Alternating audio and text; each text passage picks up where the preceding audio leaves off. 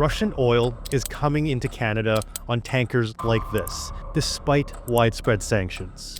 Using trade data and satellite imagery to monitor marine traffic, our investigation tracks how hundreds of millions of dollars of Russian oil is finding its way into Canada, some with the help of Russia's shadow fleets. When consumers in Canada are buying vehicle fuels or getting on flights, there is a high probability that a proportion of that could be made from Russian crude. Let's map out how we got here.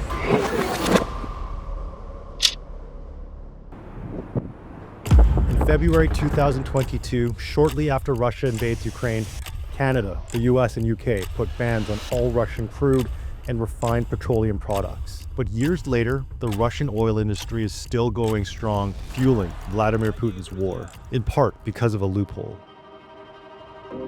Once these tankers carrying Russian crude end up in ports like this in India, they're mixed with other crudes and refined into things like jet fuel and gasoline. It then technically becomes a product of India, even if a portion of the oil is of Russian origin. So sanctions no longer apply.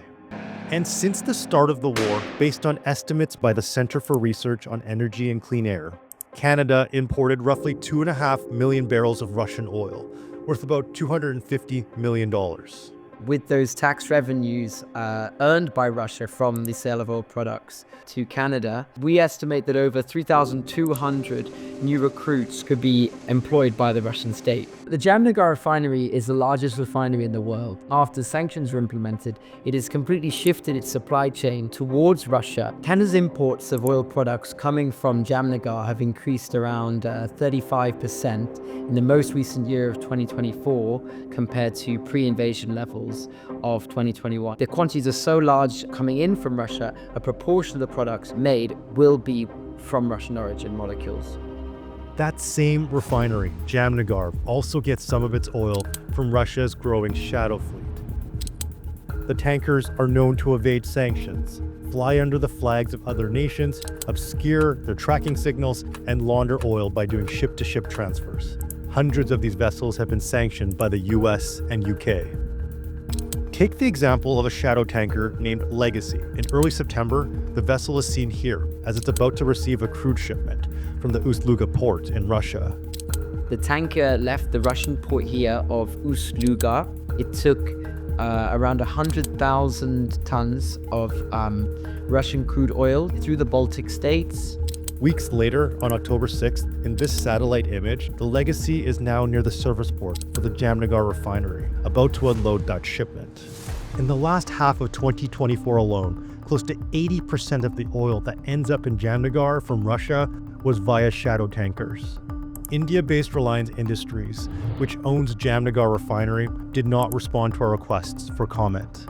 From there, some of that Russian oil likely ends up in shipments like this. This is the Lilac Victoria. After leaving Jamnagar in December, it's carrying over 50,000 barrels of blending fuel en route to the Everwind Point Tupper Refinery in Nova Scotia. Everwind said in a statement it stores liquid petroleum products for North American customers. It continually monitors and is committed to strict compliance with all applicable laws and regulatory obligations. That shipment by the Lilac Victoria is the most recent to Canada, but we flag 18 other tankers carrying shipments prior to that from Jamnagar and from this Turkish port that also uses Russian oil, arriving at refineries in Nova Scotia, at the Port of Montreal, near Quebec City. Millions of barrels of jet fuel and gasoline. SOCAR, the owner of the Turkish refinery, did not respond to our requests for comment. In January, the US sanctioned more Russian oil producers and shadow fleet tankers. It's not clear whether these new measures will affect the Russian war effort, though. We reached out to Global Affairs about our investigation and didn't get a response. While the amount of oil imported from Turkey and India is small compared to what we bring in from the US, it shows just how easy it is to get Russian oil into Canadian markets, despite far-reaching international sanctions.